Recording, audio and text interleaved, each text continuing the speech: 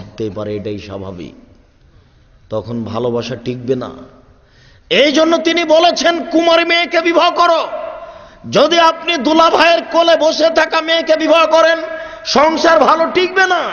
দুলা ভাই তো জেনা করার তালে শ্যালিকাকে যা কিছু চেয়েছে দিয়েছে, ও সংসার বিলিয়ে দিতে রাজি। ও তো জেনার তালে খুঁজছিল, ঘুরছিল।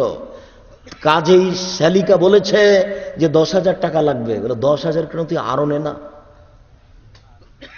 দুলা ভাইয়ের সাথে চলা মেয়েকে বিবাহ করলে আপনার সংসারে যখন আসবে, তখন দুলা ভাইয়ের সুবিধা তার বারবার মনে পড়বে, আপনাকে মূল্যায়ন করতে পারবে না। বাপের কাছে দামি জিনিস নেওয়াটা স্মরণে থাকে না। বাপ একটা জিনিস কিনে নিয়ে এসে দিয়েছে, তখন মেয়ে বলছে আব্বু আমি এটা নিব না। নেও মা নেও না, আমি এটা নিবই না, আমাকে এত দামের দিতে হবে। তখন বাপ আবার ওটা ঘুরিয়ে নিয়ে গিয়ে 5,000 টাকা দামের একটা কাপড় নিয়ে এসে দিয়েছে, কিন্তু এই কাপড়ের সাথে স্বামীর কাপড়ের তুলনা ও করবে না। কেন? এটা ও হিসাব করে না। বাপের কাছে জোর করে চেয়েছে, আদায় করে নিয়েছে, এটা তার মাথাতে হিসাব থাকবে না। বাপ যদি জমিদার হয় আর স্বামী যদি দিনমজুর হয়, সে ভাববে আমার পিতা জমিদার মানুষ, তার সংসারে এভাবে চলতেই পারে। আমার স্বামী কুঁড়ে ঘরে থাকে, এটাই আমার সংসার, এটা ভেবে নিবে। কিন্তু দুলা ভাইয়ের সাথে সে তার স্বামীকে সমতা করে দেখবে। বন্ধুর সাথে চলা মেয়েকে যদি আপনি বিবাহ করেন, তাহলে সে বন্ধুকে আর আপনাকে সমতা করে দেখবে, তখন সংসার টিকবে না। এই কারণে তিনি বলেছেন তোমরা কুমারী মেয়েকে বিবাহ করো যে পুরুষকে বুঝে না, এমন মেয়েকে বিবাহ করো যে পুরুষই বুঝে না। 10 টাকার কাপড়ও যা, 10,000 টাকা কাপড়ও তাই, মনে করে যে পুরুষ এরকমই দেয়। বাপ কোটি টাকা দিয়ে কাপড় কিনেছে, এটা বাপের টাকা কেউ হিসাব করতে পারবে না, এটা করেই না, ওটা তার মাথাতেই থাকবে না। এমনি কান্নাকাটি করে জোর করে বাপের কাছ থেকে একটা আদায় করে নিয়েছে। সম্মানিত উপস্থিতি, 2 নম্বরে তিনি বললেন আন্তাক আরহামান, বেশি বেশি বাচ্চা দিতে পারে কুমারী মেয়ে। আপনি তালাকপ্রাপ্ত মেয়েকে বিবাহ করেছেন, আগের স্বামীর মাধ্যমে 3টে বাচ্চা হয়েছে, তার পেটে বাচ্চা ছিল মাত্র 6টা, এখন কয়টা হবে? আর 3টে। আপনি দুলা ভাইয়ের সাথে চলা, বন্ধুর সাথে চলা মেয়েকে বিবাহ করেছেন, অবৈধভাবে তার বাচ্চা আগে 2টা নষ্ট হয়েছে, তার পেটে মোট বাচ্চা ছিল 5টা, এখন কয়টা হবে? 3টে। অতএব কুমারী মেয়েকে বিবাহ করেন, তিনি এমনি বলেননি, এর কারণ আছে। তিনি বলেন ওয়ার যাবিল আসিরে, অল্পতেই খুশি। স্বামী যা দিবে তাতেই খুশি হয়ে যাবে। সে মনে করবে স্বামী এইরূপই দেয়, সে পিতার দেওয়াটার সাথে তুলনা করে দেখবে না, স্বামী যা দিয়েছে তাতেই খুশি হয়ে যাবে।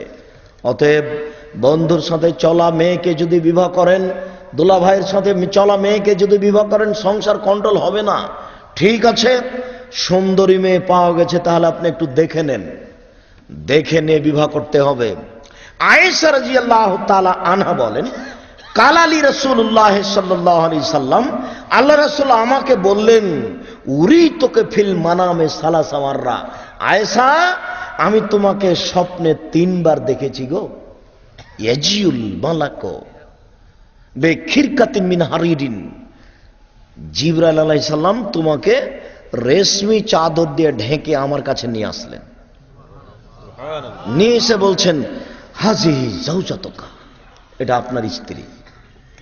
জিবরাইল আলাইহিস সালাম তোমাকে রেশমি চাদরের একটা টুকরা দিয়ে ঢেকে এইভাবে নিয়ে এসে বলছেন আমি ঘুমিয়ে আছি। আমাদের নবী মুহাম্মদ সাল্লাল্লাহু আলাইহি ওয়াসাল্লাম আমি ঘুমিয়ে আছি, ঘুমন্ত মানুষের কাছে জিবরাইল তোমাকে রেশমি চাদর দিয়ে ঢেকে নিয়ে এসে বলছেন হাজিহি জাওজাতুকা, এটা আপনার স্ত্রী। তখন আমি কাসাতুল সাবা আন ওয়াজহিকে, তোমার মুখের উপর থেকে কাপড়টা সরালাম, তোমার মুখের উপর থেকে কাপড়টা সরিয়ে দেখি আন্টি হে, আর তুমি সেই, আরে দেখি তুমি সেই, তুমি আয়েশা। তারপর তখন আমি বললাম ইন কানা মিনাল্লাহি তাআলা সায়ামজি, এটা যদি আল্লাহর পক্ষ থেকে হয়ে থাকে তাহলে একদিন না একদিন বাস্তবায়ন হবেই। এইরকম ভাবে আমি তোমাকে 3 দিন দেখেছি, জিবরাইল আলাইহিস সালাম আমাকে 3 দিন দেখিয়েছেন। আবু দাউদে মেয়েকে দেখার হাদিস আছে, তিনি এভাবে বলেছেন যে ওইসব অঙ্গগুলি দেখবে যাতে করে তাকে বিবাহের প্রতি আগ্রহী করে তোলে। কি দেখবে? হাত দেখতে পারে কবজি পর্যন্ত, পা দেখতে পারে টাকনো পর্যন্ত, শরীরের বাকি অঙ্গ প্রত্যঙ্গ দেখবে, এরকম কোনো অনুমতি শরীয়তে নেই। একটা মেয়ের মুখ দেখলে বোঝা যায় সুন্দরী অসুন্দরী, একটা মেয়ের পায়ের গঠন দেখলে বোঝা যায় তার সুন্দরী অসুন্দরী, এরপরে কিছু কথা বললেই বোঝা যায়। সম্মানিত উপস্থিতি, বিবাহের পূর্বে দেখে নিতে হবে, এ কথাই ঠিক। কেন দেখে নিতে হবে? যাতে করে পরে কিছু তার বলার না থাকে। যদি না দেখে বিবাহ করে তাহলে 2 মাস 6 মাস যেতে না যেতে মাঝে মধ্যে বলবে, আরে শোনো, আমার চাচা জোর করে বিবাহ দিয়েছে, তোমাকে বিবাহ করতাম না আমি দেখলে। আমার মামা জোর করে বিবাহ দিয়েছে, আমি দেখলে তোমাকে বিবাহ করতাম না। বলো কি তুমি? দিন রাত স্ত্রীকে খোটা দিবে। এই পথ আল্লাহ রাসূল বন্ধ করে দিয়েছেন, যাতে করে জিন্দেগিতে বলতে না পারে যে আমি তোমাকে দেখলে বিবাহ করতাম না, আগে দেখে নাও। এই কথার অর্থ এই নয় যে দেখতে গিয়ে তাকে বিবাহ করবে না, এরকম পথ নেই। কেন? পৃথিবী সৃষ্টির 50,000 বছর আগে যেটা লেখা হয়েছে, ঘুরতে ঘুরতে ঘুরতে ওখানেই যাবে। সে যতই খুঁজুক। শুনুন, দেখার সুযোগ আপনার পিতা রাখে না। এই মেয়েটাকে এখন আপনার পিতাও বিবাহ করতে পারে, কাজে আপনার পিতা এই মেয়েকে দেখতে পারে না। এখন এই মেয়েটা আপনার জন্য যা, আপনার বাপের জন্য তাই। বুঝতে পারেননি? কাজেই বাপের মেয়ে দেখা হারাম, বন্ধু বান্ধবের মেয়ে দেখা হারাম, মেয়েকে দেখতে গিয়ে টাকা দেওয়া হারাম, মেয়েকে দেখতে গিয়ে আংটি দেওয়া হারাম, মেয়েকে দেখতে গিয়ে ঘড়ি দেওয়া হারাম, মেয়েকে দেখতে গিয়ে খাওয়ার বিশাল অনুষ্ঠান করা হারাম, মেয়ের পিতার দেখা হারাম, ছেলের পিতার দেখা হারাম, ছেলের বন্ধু বান্ধবের দেখা হারাম, দেখতে গিয়ে টাকা দেওয়া হারাম, একেবারেই হারাম, টোটালি হারাম, সম্পূর্ণরূপে হারাম। তাকে ঘড়ি দেওয়া হারাম, কোন মেয়েকে দেখে ঘড়ি দিতে হবে এরকম বিধান দুনিয়াতে নেই। তাকে আংটি দেওয়া হারাম। বিবাহ করার পরে তুমি ঘড়ি দাও না 50,000 টাকার একটা, বিবাহ করার পরে তুমি একটা আংটি দাও না 1 লক্ষ টাকার। এখন কেন তুমি এগুলো করতে গেলে? এরপরে দেখা হয়েছে বিবাহের প্রস্তুতি। সম্মানিত উপস্থিতি, বিবাহের প্রস্তুতির ব্যাপারে প্রথমত আপনার পথ বন্ধ করা হচ্ছে। কেন? মেয়ের পিতা ভেবে নিল যে জামাই কিছু না চাক, অন্তত জামাইয়ের জন্য একটা প্যান্ট, একটা টুপি, একটা গেঞ্জি, একটা জামা শার্ট তৈরি করতে হবে। এটা কেন আসলো? এই কথা এটা আসলো কোথা থেকে? বিবাহের দিন বরকে নতুন পোশাক দিতে হবে, মেয়ের পিতাকে নীতি কোথা থেকে আসলো? এই নীতির মুখে লাথি মেরে একে কবর দিতে হবে। মেয়ের পিতা জামাইয়ের জন্য 1 গ্লাস পানির ব্যবস্থা করবে, এরকম কোন শরীয়তে পথঘাট বোঝা যায় না। যা খরচ হবে সব মেয়ে ছেলের বাপের। 2 টাকা খরচ হবে মেয়ের বাপের, এটা শরীয়তে বোঝা যায় না। কেন মেয়ের বাপ বুঝলো যে জামাইয়ের জন্য আমাকে পোশাক বানাতে হবে? ঘড়ি তো বহু দূরের কথা, মোটরসাইকেল তো বহু দূরের কথা, যৌতুক তো বহু দূরের কথা। কাপুরুষ তুমি ভিক্ষা করে খাও, তোমার বাপ ভিক্ষা করে খায়, বাপ বেটা ভিক্ষা করে খাও, বাপ বেটা ভিক্ষা করে খাও। লজ্জা না থাকলে আরেক দেশে গিয়ে ভিক্ষা করো, লজ্জা থাকলে আরেক দেশে গিয়ে ভিক্ষা করো। এদেশে যদি নারায়ণগঞ্জে ভিক্ষা না পাওয়া যায়, রাজশাহীতে চলে যাও। টাকা নিবে কেন? এই নীতিকে কবর দিতে হবে। মেয়ের পিতা কেন বুঝলো যে আমাকে পোশাক তৈরি করতে হবে? এই নীতি কেন আসলো, আসবে কেন? বিবাহের প্রথমে হলুদ মাখতে হবে, এই নীতি কেন আসলো? আয়েশা রাদিয়াল্লাহু তাআলা আনহা বলেন, রাসূল সাল্লাল্লাহু আলাইহি ওয়াসাল্লাম বলেছেন, লা তুবাশিরুল মারাতু আল মারাতা ফাতানাতু আলা যাওজিহা কানু ইয়ানজুরু ইলাইহা। কোন মহিলার গায়ে হাত লাগাতে পারে না, কোন মহিলার গায়ে হাত লাগাতে পারে না। যদি হাত লাগাই তাহলে বুঝতে পারবে তার শরীর নরম না শক্ত। যদি একটু কিছু বুঝতে পারে সময়ে তার স্বামীর সামনে বলবে খালেদার শরীরটা এত নরম তুলতুলে, তখন তার স্বামী তাকে অন্তরের চোখে দেখবে। যুবক, তোমাকে আমি কি দিয়ে বুঝাই? একজন মহিলাকে অন্তরের চোখে দেখা হারাম। আজকে তুমি রাস্তাঘাটে দেখছো মেয়েরা নগ্ন হয়ে ঘুরছে, এই জন্য তুমি মনে করছো এটা বৈধ। আজকে তুমি দেখতে পাচ্ছ বাপ হজ করে এসে মাথায় টুপি পরে আছে, আর মেয়ে ওই যে চুস্ট পায়জামা পরে আছে, স্কিন একবারে পায়ের নিচের দিক ছিল চিকন, উপর দিক হতে হতে মোটা হতে হতে এরকম মোটা হয়ে গেছে। ওর বাপ টুপি পরে আছে, ওর বাপের নাকি লজ্জা আছে। আরে লজ্জা বেঁচে খেয়েছে, বাপ মা দাদা দাদি লজ্জা বেঁচে খেয়েছে, লজ্জা নাকি তারা বাজারে বিক্রি করেছে। লজ্জা যদি বেঁচে না খায় তাহলে এটা করছে কেন? শুনুন, লজ্জা তো একটা ভিন্ন জিনিস। তিনি লজ্জার বিষয়ে এত কঠোর ও কঠিন ভাবে তিনি বলেছেন আল হায়া মিনাল ঈমান আল ঈমান ফিল জান্নাহ। লজ্জাই হচ্ছে ঈমান, ঈমানই হচ্ছে জান্নাত। লজ্জাই হচ্ছে ঈমান, ঈমানই হচ্ছে জান্নাত। লজ্জাই হচ্ছে ঈমান, ঈমানই হচ্ছে জান্নাত। তিনি বলেছেন আল হায়া ওয়াল ঈমান কারনাউ জামিয়া। লজ্জা এবং ঈমান একসাথে জমা ধরে আছে, লজ্জা এবং ঈমান একসাথে জমা ধরে আছে। এই যা রফিয়া আহদুমা রফিয়াল আখারো, একটা উঠে গেলে আরেকটা চলে যায়। লজ্জা চলে গেলে ঈমান চলে যায়, লজ্জা চলে গেলে ঈমান চলে যায়। তাই তো আব্দুল্লাহ ইবনে মাসউদ রাদিয়াল্লাহু তাআলা আনহু বলেন, রাসূল সাল্লাল্লাহু আলাইহি ওয়াসাল্লাম বলেছেন, ইন্না মিম্মা আদরাকা নাস মিন কালামে নবুওয়াতিল উলা। মানুষ সকল নবীর পক্ষ থেকে একটি বাক্য পেয়েছে। সকল নবী একটি বাক্য বলতেন। আদম আলাইহিস সালাম ওই বাক্যটি বলেছেন, ইব্রাহিম আলাইহিস সালাম ওই বাক্যটি বলেছেন, মুসা আলাইহিস সালাম, ঈসা আলাইহিস সালাম ওই বাক্যটি বলেছেন, আমাদের নবী ওই বাক্যটি বলেছেন। সেটি হচ্ছে এই জালাম তাস্তাহি ফাসলামা শেতা। যখন তুমি লজ্জা করবে না তখন তুমি সবকিছু করতে পারো, লজ্জা নেই কাজে তুমি সবকিছু করতে পারো। দাড়ি চাঁচে কেন? লজ্জা নেই এজন্য। দাড়ি ছোট করে কেন? লজ্জা নেই এজন্য। টাকনোর নিচে প্যান্ট কেন? লজ্জা নেই এজন্য। সুদ খায় কেন? লজ্জা নেই এজন্য। ঘুষ দেয় কেন? লজ্জা নেই এজন্য। দলীয় দাপট দেখায় কেন? লজ্জা নেই এজন্য। রাস্তাঘাট বন্ধ করে কেন? লজ্জা নেই এজন্য। ক্ষমতা দেখায় কেন? লজ্জা নেই এজন্য। ঘুষ দেয় কেন? লজ্জা নেই এজন্য। প্রতারণা দেয় কেন? লজ্জা নেই এজন্য। মেয়েটা মাথায় কাপড় দেয় না কেন? লজ্জা নেই এজন্য। জিন্স প্যান্ট পরে আছে কেন? লজ্জা নেই এজন্য। গেঞ্জি গায়ে দিয়ে আছে কেন? লজ্জা নেই এজন্য। ওর তো লজ্জা নেই, ওর বাপের নয়, মায়েরও নয়। এরা 14 গোষ্ঠী জাহান্নামে যাবে, জাহান্নামীদেরকে ধরার জন্য প্রতীক্ষমান রয়েছে। সময়ের ব্যবধান।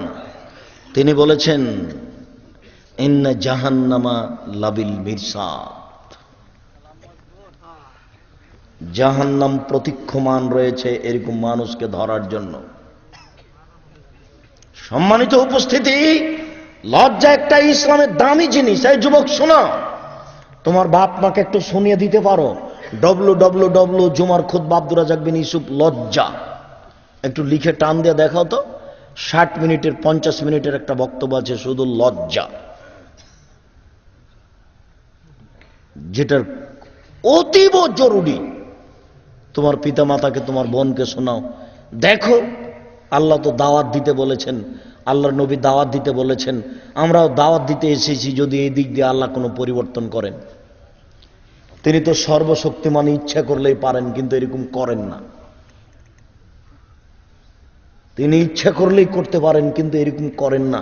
তিনি মানুষ দিয়েই করান। তা আমরা কিছু বলেছি, এতে যদি কোনো পরিবর্তন হয়। সম্মানিত উপস্থিতি, এই হলুদ মাখা হারাম। মূলত হলুদ মাখা আমরা হারাম বলিনি, তবে হলুদ মাখার কোনো বিধান নেই। হলুদ মাখতে হবে এরকম কোনো বিধান নেই। ভাবির হলুদ মাখানো হারাম, চাচাতো বোনের হলুদ মাখানো হারাম, খালাতো বোনের হলুদ মাখানো হারাম। মহিলাই মহিলার গায়ে হলুদ মাখাতে পারে না, তাহলে পুরুষের গায়ে ভাবি কি করে হলুদ মাখাতে পারে? তোমাকে আর একটা জিনিস বলছিলাম যে অন্তরের চোখে দেখা আল্লাহ হারাম করেছেন, তাহলে তুমি বলো যে এই তোমার মহিলা কলেজের শিক্ষক হতে পারে তোমার পিতা কি করে? তুমি ছেলে মেয়ে একসাথে পড়তে পারো কি করে? মহিলাদের পোশাক ও পর্দাতে শুকাতে দেওয়া দরকার আড়ে, যেন কেউ দেখতে না পায়। এখানে যদি একটা পায়জামা শুকাতে দেওয়া থাকে রোদ্রে, আর পায়জামাটা যদি খুব চেওড়া প্রশস্ত হয়, দেখার সাথে সাথে মন্তব্য করবে, বাপরে মহিলাটা কত মোটা গো। তাহলে মহিলার পোশাকের উপরে, মহিলার উপরে মন্তব্য করতে পারে মানুষ। আল্লাহ আকবার বলে শুধু সলাতে দাঁড়িয়েছে, আর পিছন দিকে মহিলার চুরি বেজে উঠেছে, তার এরপরে আর দুয়াটো আর কিছু মনে নেই। এটা স্বাভাবিক গতি, এর নাম নারী। ওদেরকে আল্লাহ ভিন্ন করে সৃষ্টি করেছিলেন, আর ভিন্ন জায়গায় থাকতে বলেছেন, মানুষ তা বুঝলো না। কাজে তাকে অপমান করতে করতে নিচে নামাতে নামাতে এই পর্যন্ত নিয়ে এসেছে, আরো কত নিয়ে যাবে। হলুদ মাখানো হারাম এসব মহিলার। হলুদ মাখা জায়েজ যদি মনে করে, তাহলে তার মামা খাবে, তার খালামা খাবে, তার ফুফুমা খাবে, তার দাদিমা খাবে, তার নানিমা খাবে। এ কেন? শুনুন, এইভাবে রং মাখানো হারাম। এইভাবে 3 দিন যাবত এই বাড়িতে গীত চলবে, গীত গাওয়া হারাম। যুবতী মেয়েদের গীত গাওয়া হারাম। বক্তব্যের সাথে মুনাফিকি করবেন না। যারা এখানে উপস্থিত বসে আছেন, এরপরে যদি আপনার বাড়িতে গীত চলে, আপনি মুনাফিক। আপনি বক্তব্যের 5 পয়সা দাম দেন না। জোর করে আপনি মুসলমান হওয়ার চেষ্টা করিয়েন না, আপনার জন্য আমি এসেছি। আপনি কথাকে মূল্যায়ন করেন, আপনি মুনাফিকি করিয়েন না। আর বর হলুদ মাখতে যায় কনের বাড়িতে, কনে হলুদ মাখতে যায় বরের বাড়িতে। এরা ঘৃণিত, এরা অসভ্য, এরা বর্বর, এরা অশিক্ষিত, এরা ঘৃণিত, এরা বর্বর, এরা অসভ্য। যেসব পরিবারে ছেলে হলুদ মাখতে যায় কনের বাড়িতে, কনে হলুদ মাখতে আসে বরের বাড়িতে, ওকে যদি আমি মাটিতে মিশাতে না পারি, ওকে যদি অসভ্য, বর্বর, ঘৃণিত প্রমাণ করতে না পারি, জাতির সামনে বক্তব্য দেব না। এটা আমার নতুন কথা নয়, যেটা আমি 18 বছর থেকে বলে আসছি। এই পরিবারকে যদি আমি ঘৃণিত, মূর্খ, বর্বর, অসভ্য প্রমাণ করতে না পারি, জাতির সামনে বক্তব্য দেব না। বিবাহের জন্য 200 জন বরযাত্রী যাবে কেন? বিবাহের জন্য 200 জন বরযাত্রী যাবে কেন? 250 জন, 500 জন বরযাত্রী যাবে কেন? এটাও হারাম। তুমি এতগুলি চ্যাংড়া ছুল্লুকে নিলে কেন? 5 জন মুরব্বী নিয়ে যাও বিবাহতে, বয়স্ক মানুষ 5 জন নিয়ে যাও, তারা বিবাহতে বসবে, তারা তোমাদের জন্য বরকতের দোয়া করবে। এই 200 জন বরযাত্রী কেন? যাক, ভুল করেছ। বিবাহের শেষে 2 লক্ষ টাকা পকেট থেকে বের করে, নারায়ণগঞ্জ জেলায় বাড়ি, অনেক টাকা আছে, যদি পাশে প্রতিষ্ঠান করে এখন পর্যন্ত আপনার আমি কোনো সাড়া দেখলাম না। ব্যাপারটা কি? আপনি কি আমাকে বলতে চাচ্ছেন আব্দুর রাজ্জাক সাহেব রাজশাহী থেকে, চাঁপাইনবাবগঞ্জ থেকে আমাদের বুকের উপরে প্রতিষ্ঠান করেছেন, আপনি একাই চালান? ব্যাপারটা কি? ওই প্রতিষ্ঠান কি আমি আমার জেলাতে করেছি? আমার বুকের উপরে করেছি, আপনি দেখতে গেলেন না কেন? এখন পর্যন্ত প্রায় 2 কোটি টাকা খরচ হয়েছে, আপনি দেখতে গেলেন না মানে? মেয়েদের প্রতিষ্ঠান পৃথকভাবে চলছে, হাঁটাবো, বীর হাঁটাবো, দেবই বাজারের পাশেই। ছেলেদের পৃথকভাবে চলছে। আমি একটা উন্নত মানের প্রতিষ্ঠান করতে চাচ্ছি। আজ থেকে নিয়ে 10-12 বছর থেকে ভাবছিলাম, ঢাকায় বা ঢাকার আশেপাশে কোথায় একটা বিশাল ভূখণ্ড পাওয়া যাবে, যেখানে একটা উন্নত মানের প্রতিষ্ঠান গড়ে তোলা যাবে, যেখানে ছেলেরা আরবি, ইংরেজি, বাংলা শিক্ষা অর্জন করে এই জাতির অন্যায়ের বিরুদ্ধে লড়বে, আকীদা আদর্শের বিরুদ্ধে লড়বে। আমি এই পরিকল্পনা নিয়ে আগাচ্ছি। এর জন্য আপনাকে আমি বলেছি যে প্রথমত আপনি আমার জন্য দোয়া করবেন, এই বলে যে আল্লাহ, আব্দুর রাজ্জাক সাহেব যে পদক্ষেপ নিয়েছেন, এই পদক্ষেপটা তুমি কবুল করো, আল্লাহুম্মা আমিন। আমি দ্বিতীয় যেটা বলেছি সেটা হচ্ছে, আপনাকে আমি পরামর্শ দিতে বলেছি, আপনার পরামর্শ আমি মূল্যায়ন করবো ইনশাআল্লাহ। তৃতীয় যেটা আপনাকে আমি বলেছি, যেহেতু মোহাম্মদ সাল্লাল্লাহু আলাইহি সাল্লামের চলেনি টাকা ছাড়া, কাজে আমার চলবে টাকা ছাড়া, এটা আপনি মনে করিয়েন না। আমারও মানুষের টাকা প্রয়োজন আছে, মানুষ টাকা দিবে, তাহলে আমি এটা করতে পারবো, এ কথাই ঠিক। যেহেতু নবী রাসূলের চলেনি, আমারও চলবে না। এই মর্মে আপনাকে এই প্রতিষ্ঠান মূল্যায়ন করো তো আমি বলতে চেয়েছি, আপনি প্রাথমিকভাবে সহযোগিতা করুন, আমার সাথে সরাসরি কথা বলে সহযোগিতা করুন, নইলে এই নাম্বারে সহযোগিতা করুন 00712004027 আল আরাফা ইসলামী ব্যাংক রাজশাহী। আমি আপনাকে মূল্যায়ন করার জন্য বলছি।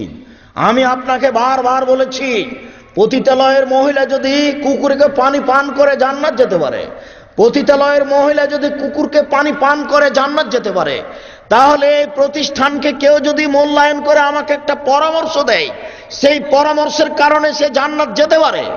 ওখানে কেউ যদি 1 টাকা দিয়ে আসে, আল্লাহর রহমতের অভাব নেই, 1 টাকার কারণে সে জান্নাত যেতে পারে। পতিতালয়ের মহিলা যদি কুকুরকে পানি পান করে জান্নাত যেতে পারে, তাহলে আমি কল্যাণের উদ্দেশ্যে এখানে 1 টাকা দান করে জান্নাত পাবো না? মানে পাবো ইনশাআল্লাহ। এই আশা ব্যক্ত করে আপনাকে আমি সহযোগিতার জন্য বলেছি, আপনি হিসাব করবেন। বলছিলাম সম্মানিত উপস্থিতি, কমিউনিটি সেন্টার জায়েজ, কিন্তু মেয়ে সেখানে বসবে না, মেয়ের বসা হারাম। ওই মেয়ে পুতুলের মতো হয়ে একটা পতিতালয়ের মেয়ে সেজে বসে আছে, আর শত শত মানুষ তাকে দেখছে আর উপঢকন দিয়ে যাচ্ছে। এটা কি ঘটনা? এরকম কেন? এরা কি কেউ মুসলমান নয়? এরা কি সবাই হিন্দু? এরা কি সবাই ইহুদি? এরা কি সবাই খ্রিস্টান? ব্যাপারটা কি? মেয়েটা কেন বেশ্যালয়ের মেয়ে সেজে বসে আছে? সবাই কেন তাকে উপঢকন দিচ্ছে? মেয়েটা কেন বেশ্যালয়ের মেয়ে সেজে বসে আছে? সবাই কি তার সাথে জেনা করতে চাচ্ছে? যত মানুষ তাকে দেখছে সবাই জেনা করছে চোখে। দলিল আমার কাছে আছে। কোন মায়ের বেটা এ কথার ভিতরে সোজ ঢোকাতে পারবে না। আম গাছে জাম ধরতে পারে, ধরে না। অমাবস্যার রাতে চাঁদ উঠতে পারে, উঠে না। সুঁয়ের ছিদ্র দিয়ে ফাল ঢোকতে পারে, ঢোকে না। সুঁয়ের ছিদ্র দিয়ে ফাল ঢোকে যেতে পারে। আম গাছে জাম ধরে যেতে পারে, অমাবস্যার রাতে চাঁদ উঠে যেতে পারে, এটা ঘটে যেতে পারে। আমি যে কথা বলছি এই কথাতে সন্দেহ আছে বলে কিয়ামত পর্যন্ত চেষ্টা করলে সরিষা ঢোকানো যাবে না। যা বলছি তাই থাকবে। ও কি বেশ্যালয়ের মেয়ে? আপনি তার মুখ দেখে টাকা দিচ্ছেন কেন? ব্যাপারটা কি? ধর্ম কাকে দেখাতে চাচ্ছেন? কোন মায়ের বেটা এই কথাকে হিলাতে পারে দেখি? কে এমন মাটির উপরে জন্ম নিয়েছে? এটা হবে কেন? কাপুরুষের পরিচয় দেয় বিবাহ করবো না যুবক তুমি। আর আপনি বক্তব্যের সাথে মুনাফিকি করবেন না। এই কমিউনিটি সেন্টারের মুখে লাথি মারতে হবে। শত শত মানুষ যাবে কেন এই বিবাহ উপলক্ষে? আর তোমার মেয়ের বাপের বাড়িতে এত ভিড় কেন? যাক, গেছো, এবারের মতো ভুল করেছ। শ্বশুরকে বিবাহের শেষে 2 লক্ষ টাকা দিয়ে আসিও, আর বলিও আব্বা বিবাহ খরচের জন্য 2 লক্ষ টাকা থাকলো চুপে দিয়ে আসছে। এত মানুষ খেয়েছো, এটা কেন? তোমার শ্বশুরকে এত মানুষ খাওয়াতে হবে মানে? এটা কোনো বিধান দেখা যায় না। সাথে সাথে এটা রাজশাহী চাঁপাইনবাবগঞ্জে আছে, ওই বরের সাথে মেয়েরা যায়, তাকে চাঁপাইনবাবগঞ্জের ভাষাতে ডুলি বিবি বলে। এইগুলো কেন? মেয়েরা যাচ্ছে কেন তোমার সাথে? তোমার চাচাতো বোন, তোমার খালাতো বোন, তোমার ভাবি, এরা সবাই কেন বেশ্যালয়ের মেয়ে সেজে যাচ্ছে? তোমার সূচনাতেই জেনা। তোমার ভাবি তোমাকে হলুদ মাখিয়েছে, এটা একটা জেনা। তোমার চাচাতো বোন তোমাকে হলুদ মাখিয়েছে, এটা একটা জেনা। তোমার বউ ওখানে কমিউনিটি সেন্টারে পতিতালয়ের মেয়ে হিসেবে দাঁড়িয়ে আছে, ওটা একটা জেনা। তুমি এতগুলি মেয়েকে সাথে নিয়ে বিবাহ করতে গেলে এটা একটা জেনা। যদি তুমি মনে করো যে একজন মহিলার প্রয়োজন, তোমার মাকে নিয়ে যাও, তোমার দাদিকে নিয়ে যাও, তোমার দাদিকে। যদি মনে করো যে বিবাহ করতে গেলে একটা মহিলার প্রয়োজন আছে, যদি এটা লাগেই, তো দাদিকে নিয়ে যাও। তোমার ভাবি গেল কেন? তোমার বোন যাবে কেন? এই মহিলা যাওয়া প্রথা হারাম, মেয়েকে বায়না করা হারাম, এতগুলি বর যাত্রী যাওয়া হারাম। কমিউনিটি সেন্টারে মেয়ে বসে থাকবে, সবাই উপঢৌকন দিবে, এই নীতি হারাম। বরের জন্য এসব পোশাক তৈরি করতে হবে, এই নীতি হারাম। এই গীত গাওয়া হারাম, এই রং দেওয়া নীতি হারাম। বর যাত্রী এসেছে, তার জন্য বিবাহ ঘেরা হচ্ছে ফিতে দিয়ে, ফিতে কেটে দিয়ে টাকা দিয়ে ওরা ভিতরে ঢুকবে, এই নীতি হারাম। বরকে লক্ষ্য করে কোনো কোনো এলাকাতে থাকতে পারে 1 গ্লাসে দিয়েছে চিনির শরবত আর একটাতে দিয়েছে লবণের শরবত। এই প্রতারণা হারাম। একটা পানে দেওয়া আছে মিষ্টি আর একটা পানে দেওয়া আছে লবণ বা আরো কিছু। এই প্রতারণা নীতি হারাম, তোমাকে এই সব নীতিতে লাথি মেরে কবর দিতে হবে, এই জন্য তুমি জন্ম নিয়েছ। সম্মানিত উপস্থিতি, বিবাহকে লক্ষ্য করে যা কিছু করা হচ্ছে সবই হারাম। এরপরে বিবাহের বৈঠকে বসা হোক, মোহর নির্ধারণ হবে। মেয়ের কাছে বিবাহ পড়ানো নাজায়েজ, মেয়ের কাছে বিবাহ পড়ানো হারাম। মেয়ের কাছে বিবাহ পড়াতে হবে না যে এতদিন হলো, যে এতদিন হয়েছে হয়েছে সেটা চলে গেছে, মেয়ের কাছে বিবাহ পড়াতে হবে না। নিতান্তই যদি মেয়ের পিতা মনে করে যে একটু মেয়েকে জানতে হয়, 8 দিন 10 দিন আগে থেকে তো কথা চলছেই, এরপরে যদি মনে করেন যে জানা প্রয়োজন, তো যান, আপনি ভিতরে জেনে এসেন, গিয়ে বলেন খালেদা আম্মু বিবাহ পড়াতে যাচ্ছি। যদি চুপ থাকে আসেন, যদি হেসে উঠে আসেন, যদি বলে আব্বা যান আসেন। যদি মেয়ে কেঁদে উঠে বিবাহ পড়ানো যাবে না। মেয়ে যদি না করে, বর যত দামি হোক না কেন বিবাহ পড়ানো যাবে না। আপনি কেন? স্বয়ং রাসূল সাল্লাল্লাহু আলাইহি সাল্লাম পারেননি, আপনি কে? বিবাহের ব্যাপারে রাসূল সাল্লাল্লাহু আলাইহি সাল্লামের স্বাধীনতা নেই। বাড়িরা ছিলেন দাসী আর মগিস ছিল দাস। তারা কৃত মানুষ কিনা ছিল, দাস দাসী স্বামী স্ত্রী। একদা আয়েশা রাদিয়াল্লাহু তাআলা টাকা দিয়ে বাড়িরাকে মুক্ত করে দিলেন। বাড়িরা এখন মুক্ত মহিলা। বাড়িরা এখন বলতে লাগলো আমি দাস স্বামীর অধীনে থাকবো না। আগে আগে বাড়িরা রাদিয়াল্লাহু তাআলা হাঁটেন আর পিছে পিছে মগিস হাঁটেন আর বলেন তুমি আমার সাথে থাকো, তুমি না থাকলে আমি বাঁচবো না। এইভাবে চিৎকার করেন আর কাঁদেন। 2 চোখের পানি ঝরঝর করে মুখের উপর দিয়ে দাড়ির উপর দিয়ে বহে বুকের উপরে পড়ে। দৃশ্য দেখে আল্লাহ রাসূল বলছেন বাড়িরা তুমি মগিসের সাথে থাকো না। যেমন বলা এই কথা তিনি বললেন বাড়িরা তুমি মগিসের সাথে থাকো না, তখন বাড়িরা বলছেন তামরিনুন তুসাবিরুনি, আল্লাহ রাসূল আপনি আমাকে আদেশ করছেন না পরামর্শ দিচ্ছেন? আপনি কি আমাকে আদেশ করছেন? যদি আপনি আদেশ করেন তাহলে ভালো মন্দ আমার বিবেচনা নেই, আপনি যা বলবেন তাই মেনে নিব। আর যদি পরামর্শ হয় তাহলে বলেন। আল্লাহ রাসূল বলছেন আমি তোমাকে আদেশ করিনি, উসাবেরকে আমি তোমাকে পরামর্শ দিচ্ছি। তখন বাড়িরা বলল আপনার পরামর্শ মানলাম না। মহিলা আমাদের নবী মুহাম্মদ সাল্লাল্লাহু আলাইহি ওয়াসাল্লামের পরামর্শ মানবে না। কাজে বিবাহের ব্যাপারে কারো স্বাধীনতা চলে না। মেয়ে যদি রাজি থাকে বিবাহ পড়ান, মেয়ে যদি চুপ থাকে বিবাহ পড়ান, মেয়ে যদি হেসে উঠে বিবাহ পড়ান, মেয়ে যদি বলে আব্বা যান তাহলে বিবাহ পড়ান। আগে হবে খুতবা, আগে হামদ সালাতের পরে আরবি 3টা আয়াত হবে। আয়াত 3টা হওয়ার পরে মেয়ের পিতা বলবেন। মেয়ের পিতা না পারলে অন্য একটা মানুষ বলবে, সাথে সাথে মেয়ের পিতা বলবেন আমার মেয়ে খালেদা এত টাকা নগদ এত টাকা বাকিতে তোমার সাথে বিবাহ বন্ধনে আবদ্ধ হতে রাজি, তুমি তাকে স্ত্রী হিসেবে গ্রহণ করো। গুরুত্বপূর্ণ কথা 3 বার বলা যায়, তবে একবারে বিবাহ যথেষ্ট। আমার মেয়ে খালেদা এত টাকা নগদ এত টাকা বাকিতে তোমার সাথে বিবাহ বন্ধনে আবদ্ধ হতে রাজি, তুমি তাকে স্ত্রী হিসেবে কবুল করো। বলবে কাবিল তো গ্রহণ করলাম। কাবিল তো বলাটাই ভালো, বুখারীর হাদিস অনুযায়ী 2 জন সাক্ষী পাশে থাকবে। আপনাকে আগে বলেছি 4 জন সাক্ষী লাগবে না। 2 জন সাক্ষী পাশে থাকবে। আমার মেয়ে খালেদা এত টাকা নগদ এত টাকা বাকিতে তোমার সাথে বিবাহ বন্ধনে আবদ্ধ হতে রাজি, তুমি তাকে স্ত্রী হিসেবে কবুল করো। বলবে কবুল করলাম, বিবাহ হয়ে গেল। এরপরে তিনি বলবেন বারাকাল্লাহু লাকা ওয়া আলাইকা জামা বাইনাকুমা ফি খাইরিন, বারাকাল্লাহু লাকা ওয়া আলাইকা জামা বাইনাকুমা ফি খাইরিন। আল্লাহ তোমার মাঝে তোমাদের 2 জনের মাঝে বরকত দান করুক, তোমাদের মাঝে আল্লাহ কল্যাণ দান করুক। এরপরে বৈঠক শেষের দোয়া সুবহানাকাল্লাহুম্মা ওয়া বিহামদিকা আশহাদু আল্লা ইলাহা ইল্লা আনতা আস্তাগফিরুকা ওয়া আতুবু ইলাইক। বিবাহের বৈঠক শেষ হয়ে গেল। লাফ দিয়ে একজন দাঁড়িয়ে বলবে আপনারা ওয়ালিমার দাওয়াত নেন, এটা একটা নাজায়েজ হারাম কাজ। বিবাহের শেষে হাত তুলে দোয়া হবে, এটা মহাপাপ, এটা একটা বিদাতি কাজ, এটা একটা বিদাত। দীর্ঘদিন থেকে চলে আসছে বিবাহের বৈঠক শেষে হাত তুলে দোয়া। বিবাহের বৈঠক শেষে হাত তুলে দোয়া করা বিদাত। বিবাহের বৈঠক শেষে হাত তুলে দোয়া করা বিদাত। বিবাহের বৈঠক শেষে হাত তুলে দোয়া করা বিদাত। যে কোনো বৈঠক শেষে হাত তুলে দোয়া করা বিদাত। জানাজার পরে হাত তুলে দোয়া করা বিদাত। সলাতের পরে নামাজের পরে সবাই মিলে হাত তুলে দোয়া করা বিদাত। এই পথ থেকে ফিরে আসতে হবে। বলছিলাম সম্মানিত উপস্থিতি, বিবাহের বৈঠক শেষ, এখন বর কনে মেয়ের ওই শাশুড়ির কাছে যাবে, একজন আর একজনের হাতে হাত তুলে ধরে দিবে, সেখানে একটা গান হবে, সেখানে খাওয়ার ব্যবস্থা হবে। প্রত্যেকটা নীতি হারাম, একটা নীতিও জায়েজ নয়। এগুলো সব ত্যাগ করতে হবে। এরপরে মেয়ে চলে যাবে শ্বশুরের বাড়িতে, ওখানে হবে অলিমা। এটা অলিমার রাত, সকালে খাওয়া দাওয়ার ব্যবস্থা হবে। শ্বশুরের বাড়িতে গিয়ে হবে বাসর রাত, বাসর ঘর সাজাতে হবে, এটাই সুন্নাত। বাসর ঘর সুন্দর করে সাজাতে হবে, কনেকে সুন্দরী করে সাজাতে হবে, এটাই শরিয়ত।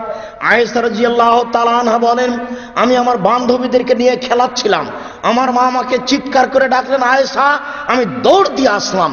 তখন আমার মুখে হাতে কিছু ধুলাবালি লেগেছিল, আমার মা পানি দিয়ে ধুয়ে মুছিয়ে একটা ঘরে নিয়ে গেলেন।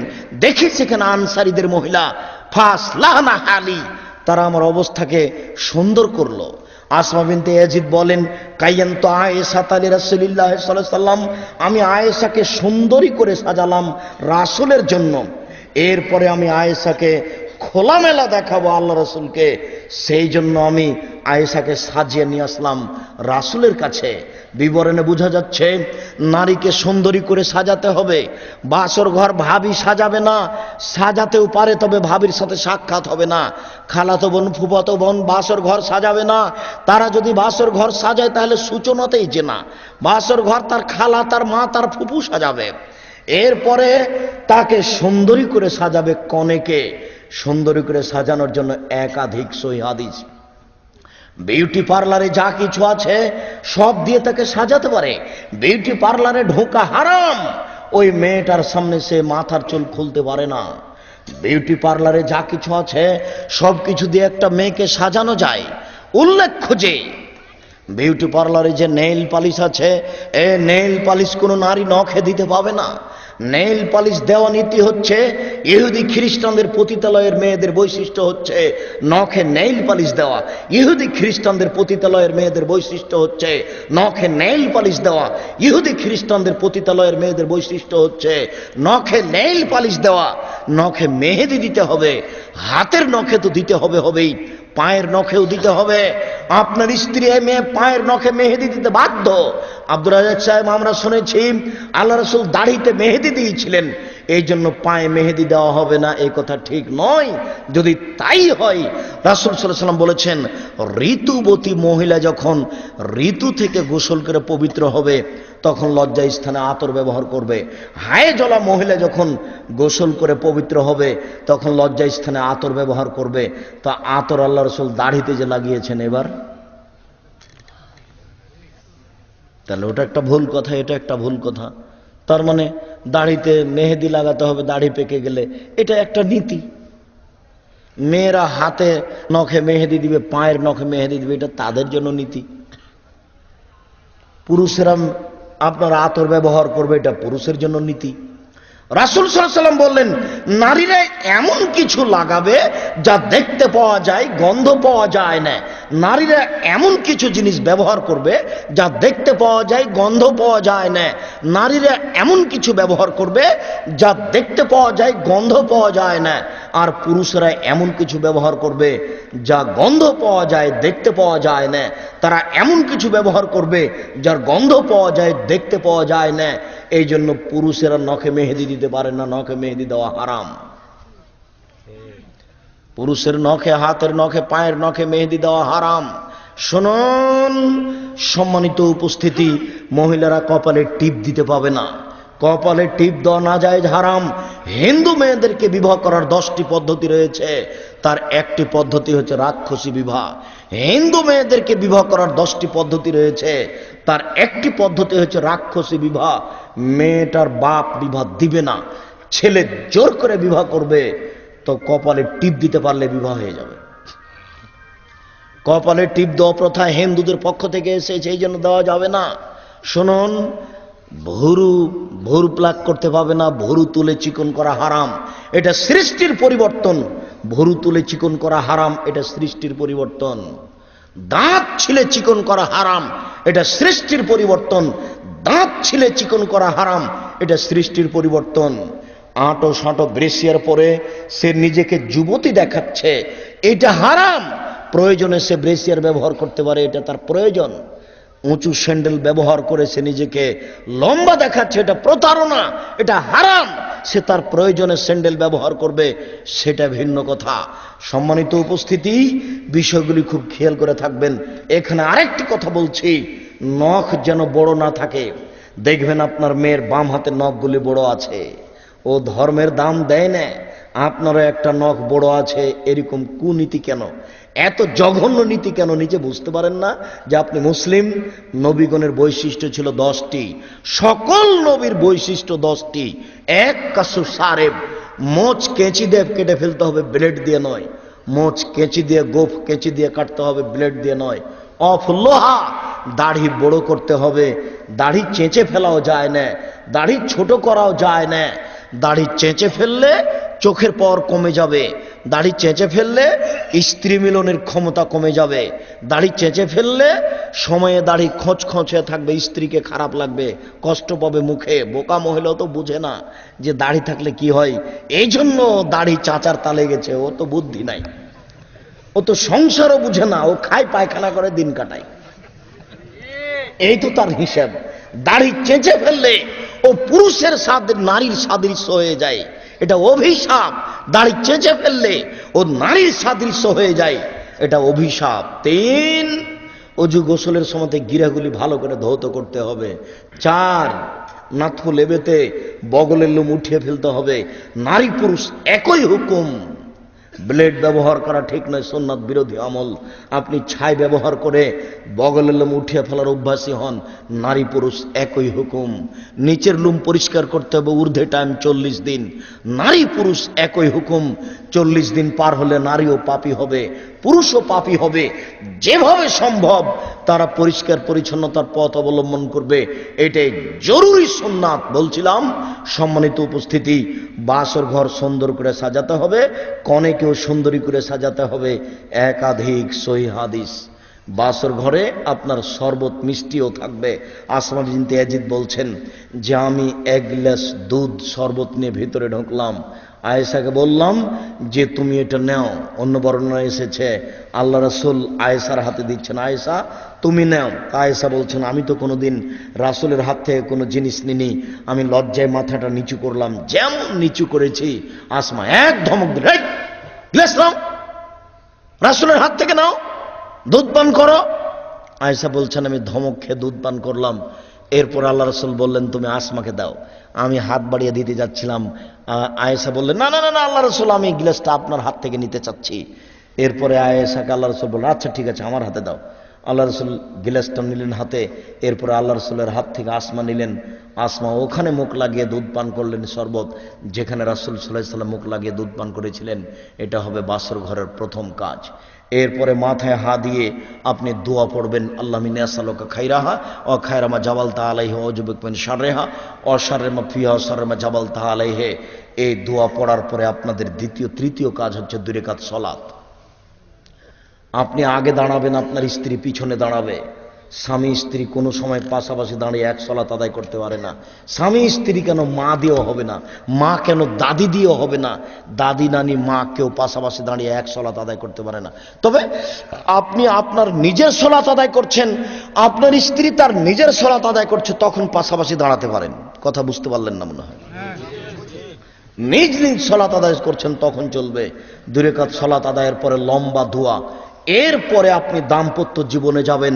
রাসূল সাল্লাল্লাহু আলাইহি ওয়াসাল্লাম বললেন ইজা আতা আহাদুকুম আহলাহু ফালিয়াকুল বিসমিল্লাহ আল্লাহুম্মা জান্নিবনা শায়তানা জান্নিবিশ শায়তান মা রাযাকতানা। হে আল্লাহ, তোমার নামে আমরা সাংসারিক জীবনে যাচ্ছি, তুমি আমাকে আর আমার স্ত্রীকে শয়তান থেকে রক্ষা করো। এর মাধ্যমে যদি আমাদের কোনো সন্তান দান করো, তাহলে তুমি তাকে শয়তান থেকে রক্ষা করো, যেন শয়তান তার কোনো ক্ষতি করতে না পারে। সম্মানিত উপস্থিতি, এরপরে আসলো সকাল। এবার হলো অলিমা। যার যতটুকু সম্ভব, সবচেয়ে গুরুত্বপূর্ণ কাজ হচ্ছে, বড় কাজ হচ্ছে অলিমা। যার বাপের যত জমিদারি টাকা পয়সা বেশি রয়েছে, অলিমা তত বড় হবে। আপনারা সাধারণত নারায়ণগঞ্জের মানুষ, ব্যবসায়ী মানুষ, অন্তত 1 কোটি টাকা খরচ করে অলিমা করেন।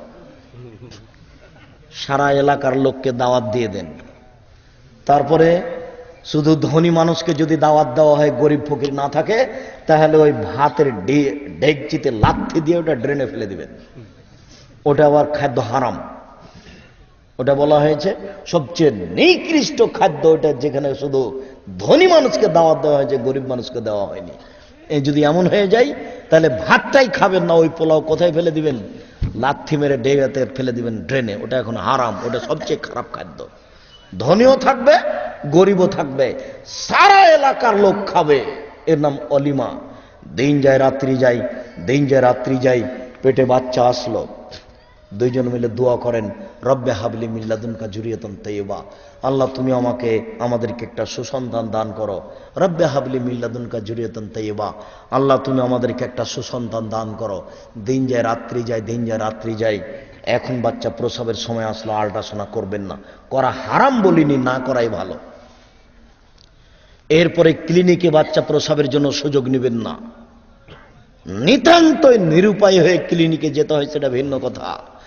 যেখানে আপনার স্ত্রীর বাচ্চা হচ্ছে, আপনি সেখানে আপনি নিজে থাকবেন। যদি আপনি এটা না বুঝেন, তাহলে আপনার মা থাকবে বা চাচি থাকবে বা কোনো মহিলা থাকবে, সারা দিন সে ঘরে মহিলা আসবে, এটা নাজায়েজ, হারাম। বাচ্চা যখন প্রসব হয়েছে, বাচ্চার পাশে আজান দিতে হবে। ডান কানে আজান, বাম কানে একামাত, এ হাদিস জাল।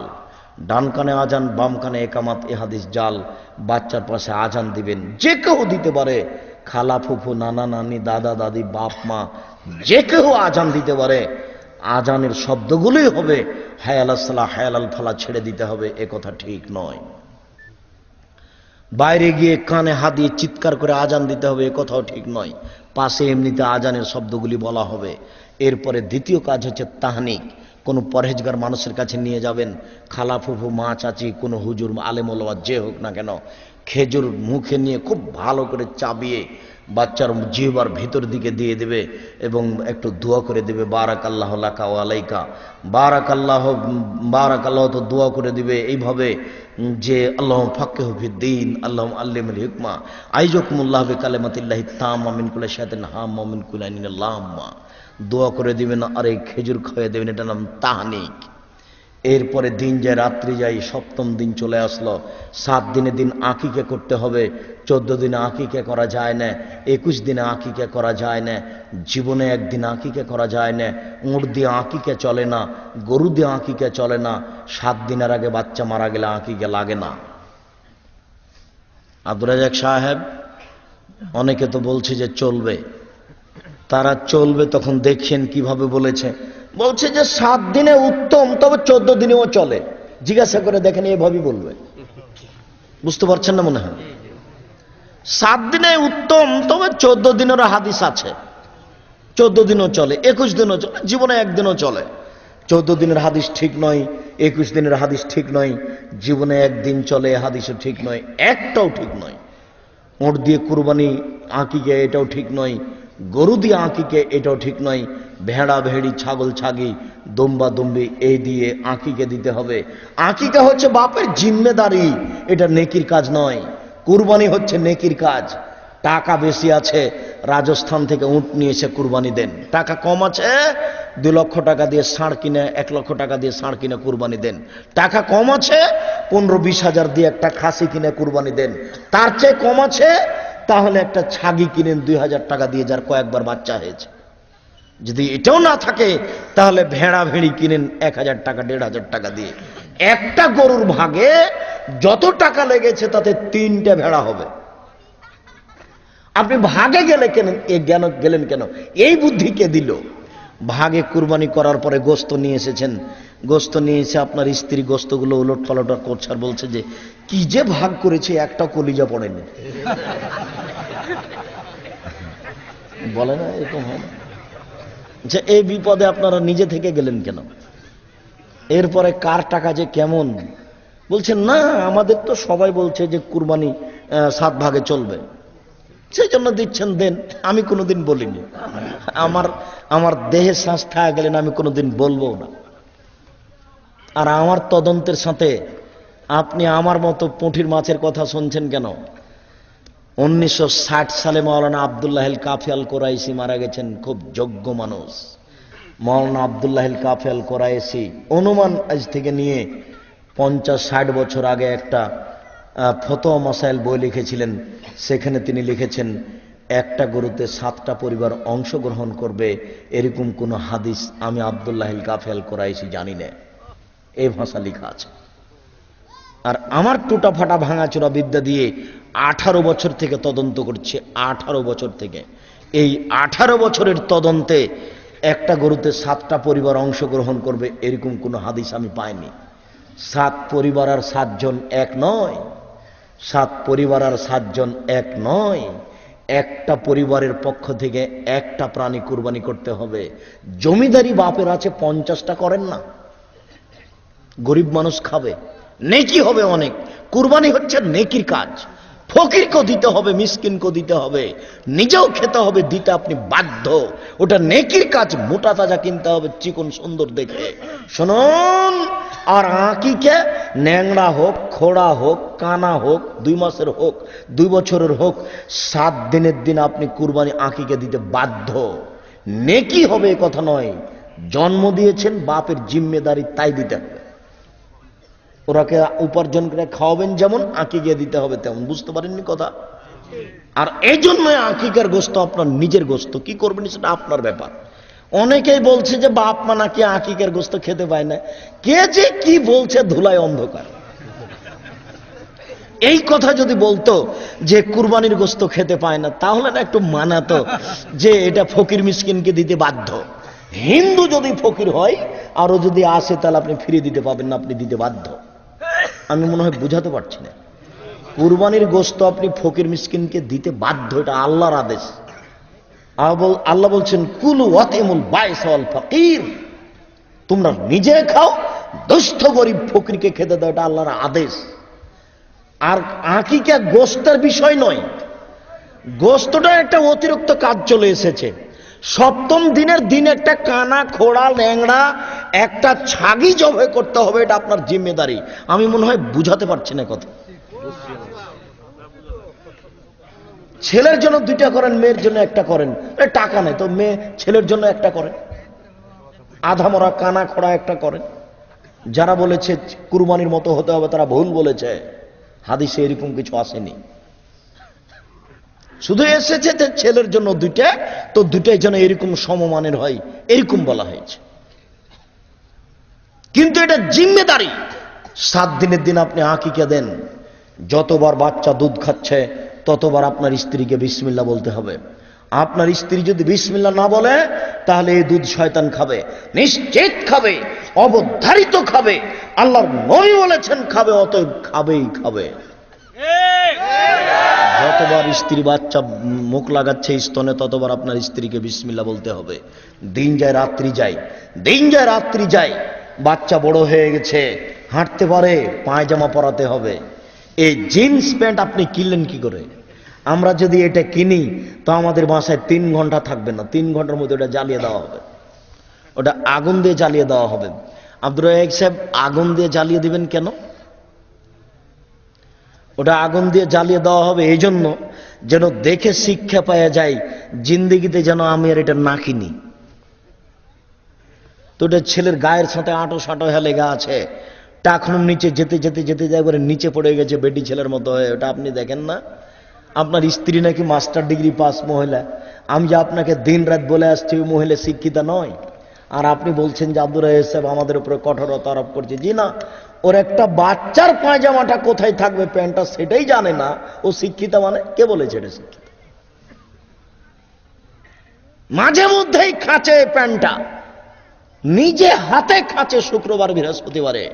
এর পরেও সে এই প্যান্টটা চলবে কি না সেটা নিজেই জানে না। ও শিক্ষিতা মানে? আমরা তো এই প্যান্ট একদিনও কিনবো না, কিনবই না। ভুল করে যদি কিনি 3 ঘন্টার মধ্যে এটা জ্বালিয়ে দেওয়া হবে। এই কাপড় খলিফার কাছে দিয়ে, দর্জির কাছে দিয়ে ঢিলা ঢালা করে তৈরি করে নেন। ঢিলা ঢালা বুঝেন কিনা? ঢিল ডোল করে তৈরি করে নেন। পায়জামা পরান, প্যান্টই পরান, ঢিল ডোল হতে হবে, ঢিলা ঢালা হতে হবে। এরকম কেন? ছেলে মেয়ে 2টা একরকম মেয়ে হয়েছেন, আপনি করেছেন। আপনি লজ্জা বিক্রি করে দিয়ে টুপি মাথায় দিয়ে প্রতি মাসে হয় উমরা করে তাহাজ্জুদ পড়ে জান্নাত কিনতে চাচ্ছেন? জি না, এই হিসাব ভুল। তিন শ্রেণীর মানুষ জান্নাতে যাবে না, তার মধ্যে আপনি একজন। তিন শ্রেণীর মানুষ জান্নাতে যাবে না, তার মধ্যে আপনি একজন। তিন শ্রেণীর মানুষ জান্নাতে যাবে না, তার মধ্যে আপনি একজন। এক, মধুমেনুল খামর, নিয়মিত বিড়ি, তামাক, জর্দা, সিগারেট, গুল, নেশাদার দ্রব্য খায়, পান করে যারা, তারা জান্নাতে যাবে না। দুই, আর রাজনাত মিনান নেশায়, পুরুষের বেশধারী নারী জান্নাতে যাবে না। যারা পুরুষের জুতা স্যান্ডেল পরে, যারা পুরুষের শার্ট প্যান্ট পরে, তারা জান্নাতে যাবে না। তিন, ও দায়ুস আল্লাহ ইকরুফি আলী আল খাওয়াসা, যে তার বাড়িতে বেহায়াইর সুযোগ দিয়েছে, ও জান্নাতে যাবে না। কি করে আপনি এই প্যান্টটা কিনলেন? আপনার মেয়ের জন্য বা এটা কিনলেন কি করে? ছেলের জন্য আপনি কিনলেন কি করে? আপনি ছেলের এই গেঞ্জিটা কিনলেন কি করে? আপনি দেখেননি যে প্রজাপতির ছবি আছে? আপনি দেখেননি যে কার্টন আছে? বলে আব্দুল রাজাক সাহেব, বাজারে গিয়ে কার্টন ছাড়া কোনো গেঞ্জি নেই। কে বললে নেই? দামিটা নেই, কম দামিটা আছে। যত দামি বেশি হবে তত কার্টন বেশি থাকবে। মানে ওদিকে টিভিতেও কার্টন, আর এদিকে গেঞ্জিতেও কার্টন। এইটা যে আকৃতি পরিবর্তন, এটা যে হারাম, এটা কেউ বুঝে না। হুজুরের কাছে এটা ভারী নয়। ঠিক এই কার্টন হুজুরের কাছে ওইরকম হয়ে গেছে যে বিবাহের বাড়ি যেমন হুজুরের কাছে ছিল, হুজুর এখন জিম্মি, হুজুরের মেয়েও ওইভাবে বিবাহের বৈঠকে বসে আছে, গ্রামের যুবতী মেয়েরা গীত গাচ্ছে। এটা নাকি হুজুরকে মেনে নিতে হবে, এটা নাকি গ্রাম্য সমাজ, এটা নাকি শেরশাহের নীতি, এটা নাকি পঞ্চায়েত, এটা নাকি মেনে নিতে হয়, এটা নাকি হুজুরকে মেনে নিতে হবে, চুপ করে থাকতে হবে। হুজুরের মেয়েরও নাকি গীত গাইবে, সবাই থোবড়া করবে, মুখে নাকি ক্ষীর তুলে দিবে, সবাই নাকি ক্ষীর তুলে দিবে। ছি ছি ছি ছি ছি। বিবাহের পরে যত লেনদেন আছে সবই হারাম। সম্মানিত উপস্থিতি, বাচ্চার বয়স 7 বছর হয়ে গেছে, এখন বাচ্চাকে সলাত আদায় করতে বলেন। এই পর্যন্ত হচ্ছে প্রথম অংশ। এখন সলাত আদায় করা থেকে পরের অংশ, এটা পিস টিভিতে আছে, বক্তব্য আছে। এই পর্যন্ত হচ্ছে প্রথম অংশ, আর এর পরের অংশ হচ্ছে দ্বিতীয় অংশ। আপনি এটা হিসাব করে জীবিকা নির্বাহ করার চেষ্টা করুন। আর ওই কথাটুকু মনে করুন যে আপনি ভালো ঘরের ছেলে, আপনার একটা বাপের মান সম্মান আছে, আপনার মেয়ে বড় হয়েছে, এখন 7 বছর হয়েছে, স্কুলে যাচ্ছে, 12 বছর হয়েছে, পোশাক পরিবর্তন করবে। পোশাক পরিবর্তন করে এখন দামি মোজা হাতে লাগিয়ে, দামি মোজা পায়ে লাগিয়ে, একটা কালো চশমা দিয়ে, উন্নত মানের পোশাক পরে, জুতা পরে স্কুলে যাবে, কলেজে যাবে। এলাকার লোক দেখে বলবে সম্ভ্রান্ত পরিবারের মেয়ে যাচ্ছে। শুনুন, এর নীতি কোনো সময় পরিবর্তন করবে না। যদি নীতি কোনো সময় পরিবর্তন করে, তাহলে যৌতুক ছাড়া বিবাহ দেওয়া যাবে না এবং ঘৃণিত। নীতির পরিবর্তন মানে, নীতির পরিবর্তন হলো এই যে আপনার মেয়ে কলেজে পড়ে, এই পোশাক পরে যায় আসে। এবার তার বন্ধু এসেছে, তার বন্ধু আসতেই সে বলছে, ভাইয়া ভিতরে আসো। বন্ধু এসেছে একটা গাইড বই নিতে, আপনার মেয়ের বন্ধু এসেছে একটা গাইড বই নিতে। তখনও বলছে, ভাইয়া ভিতরে আসো। ভিতরে ডেকে নিয়ে গিয়ে চা দিল, বসতে দিল, খাওয়ার দিল। এরপরে বলছে যে ভাইয়া একটু দেরি করো, আমার ভাত পানি রেডি হয়ে গেছে। বলছে না, এখন আর দেরি করব না। তারপরে গাইড বইটা নিয়ে চলে যাচ্ছে। আর বলছে, বুঝেছি তুই মুনাফিক, কলেজে এসেছিলি বোরকা পরে, এখন বাড়িতে দেখি যে তুই বেহায়া ঠিকই আছিস। এ তো আমাকে ভিতরে ডেকে চা খাওয়ালি, আবার ভাইয়া বলেও ডাকলি, আর পাশে বসে গল্পও করলি, আবার শেষে বললি যে ভাইয়া একটু দেরি করো, মা খানা পানি রেডি করেছে। তোকে বুঝেছি তুই মুনাফিক। ওই একাই ঢোল, এ মেয়ের বিবাহ হবে না টাকা ছাড়া।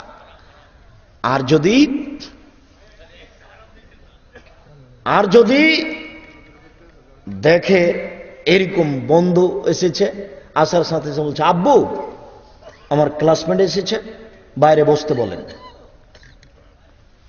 চা দিয়ে আসেন, পানি দিয়ে আসেন, গাইড বইটা দিয়ে আসেন। এবার এই ছেলেটা বাইরে চা খেলো, পানি খেলো, গাইড বইটা নিয়ে চলে যাচ্ছে, আর বলছে ঠিকই আছে, বাহিরও যেমন ভিতরে তেমন। এ মুনাফিক নয়, ও নিজেই ঢোল বাজিয়ে বেড়াবে। মেয়ে একটা আমাদের কলেজে পড়ে, ও কলেজে যেমন বাড়িতে তেমন। ওদের বাসায় গেছিলাম গো, ও বাইরে আসেনি, সেদিন আর যৌতুক লাগা তো দূরের কথা, এখন ছেলেরাই পিছনে লেগে যাবে, টাকা কত লাগবে, বিবাহ কি করব। আর ইফটিজিংয়ের তো কোনো সুযোগ নাই, দেখতেই পায় না তো বলবে কি। আর এই তো সব 3 নাম্বার নোংরা নীতি এদেশের সরকারি নীতির মতো। এখানে কলা বা আম ছিলে রেখে দিয়েছে, আর 10 জন সৈন্য দিয়েছে, মার্কিন সৈন্য, মেরিন সৈন্য। চতুর্দিকে বলছে দাঁড়িয়ে থেকে যে আপনারা পাহারা দেন রাইফেল বন্দুক নিয়ে, যেন মাছি না বসে। আচ্ছা, ওরা রক্ষা করতে পারবে? তো এসব মেয়ে নগ্ন হয়ে রাস্তায় চলে ইফটিজিং বন্ধ করতে পারে? এগুলো হচ্ছে মানুষের যখন মাথায় কিছু ঘেলু থাকে না, গোবর ঢুকে থাকে, নিচে নামতে নামতে নামতে পশু হয়ে যায়, তখন এরকম হয়। সম্মানিত উপস্থিতি, আমরা আলোচনার শেষে চলে আসলাম। আল্লাহ আমাদেরকে সঠিকভাবে বুঝার তৌফিক দান করুক, আল্লাহ আমিন। আর ওইদিকে আমরা একটা কণ্ঠ শুনতে পাচ্ছিলাম, সবই হারাম। হারাম মানে কি? এর 14 গোষ্ঠী সবই হারাম, এর প্রত্যেকটা ভিত্তিতে এর হারামের কোনো শেষ নাই। যদি হারাম ছাড়া আরো কোনো শব্দ থাকতো আমি রব্দজাক সেটাও ব্যবহার করতাম। আর তোমরা বিশ্বাস রাখো, কোনো মায়ের বেটা এই কথা উল্টে ধরতে পারবে না, সবই হারাম। তোমরা পুরুষের মতো হয়ে বড় হও, এই নীতির মুখে লাথি মারতে হবে, এই নীতিতে বড় হও। বক্তব্য শুনে মুনাফিকি করার চেষ্টা করবেন না, বক্তব্য মানার চেষ্টা করবেন। আল্লাহ তৌফিক দান করুক, আল্লাহুম্মা আমিন। আলোচনার শেষের দিকে চলে এসে কিছু জিজ্ঞাসা। কেউ কারো মোবাইল নিয়েন না, খেয়াল করে। হুজুর আসসালামু আলাইকুম, টঙ্গী ইজতেমা বলতে কি বুঝায়? যারা মিথ্যা প্রচার করায় সেটাই বুঝায়, তাদের প্রচার মাধ্যম মিথ্যা। টঙ্গীর আখেরি মোনাজাত বেদাত। একটি মেয়ে ছেলের কি কি গুণ দেখে বিবাহ সম্মতি দিবেন? মেয়েটাকে জিজ্ঞাসা করবে, মেয়েটার মুখ দেখবে, হাত কবজি পর্যন্ত দেখবে, তার বিদ্যা বুদ্ধি নীতি গতি দেখবে, বুঝবে, শুনবে। শুনে তার বিবেক যদি আগায়, যদি মনে করে যে একবার দেখে আমার কেমন হলো, তাহলে তার মাকে পাঠাবে, তার মাকে পাঠিয়ে আরো ভালোভাবে দেখে নেবে।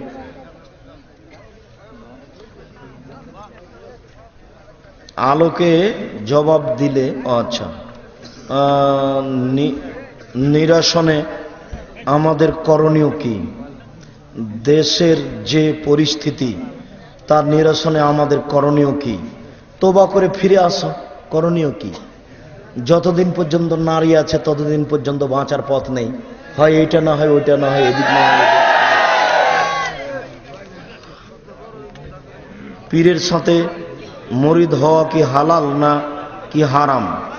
পীরের সাথে মরিদ হওয়া হারাম। এটার উপরে টাকা রাখা,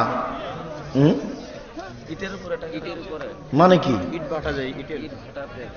ও ও ইট ভাটাতে টাকা, মানে ইট ভাটা করার সময় ও 1 লাখ মানুষের কাছে নেই, আর দেওয়ার সময় 1,25,000 দেয়। এটা না জায়েজ, হারাম। তবে ও বলতে পারে টাকা দেন, চলন্ত বাজারের চেয়ে ইট কম দাম ধরবো। বুঝা গেল না? চলন্ত বাজার 7,000, আমি আপনাকে 1,000 ইট দেবো, 5,000 টাকা নিব, করতে পারো।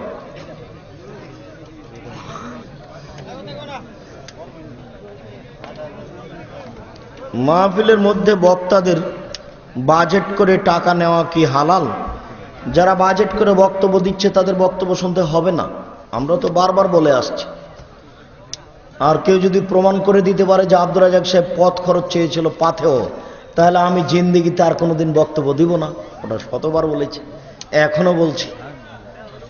খালি বলে দিতে হবে যে আব্দুর রাজ্জাক সাহেব একদিন পাথেও চেয়েছিল। বিয়ের মধ্যে মেয়েদের বিউটি পার্লারে যাওয়া কি? বিউটি পার্লারে যাওয়া হারাম। মাহফিলের সময় বক্তা যে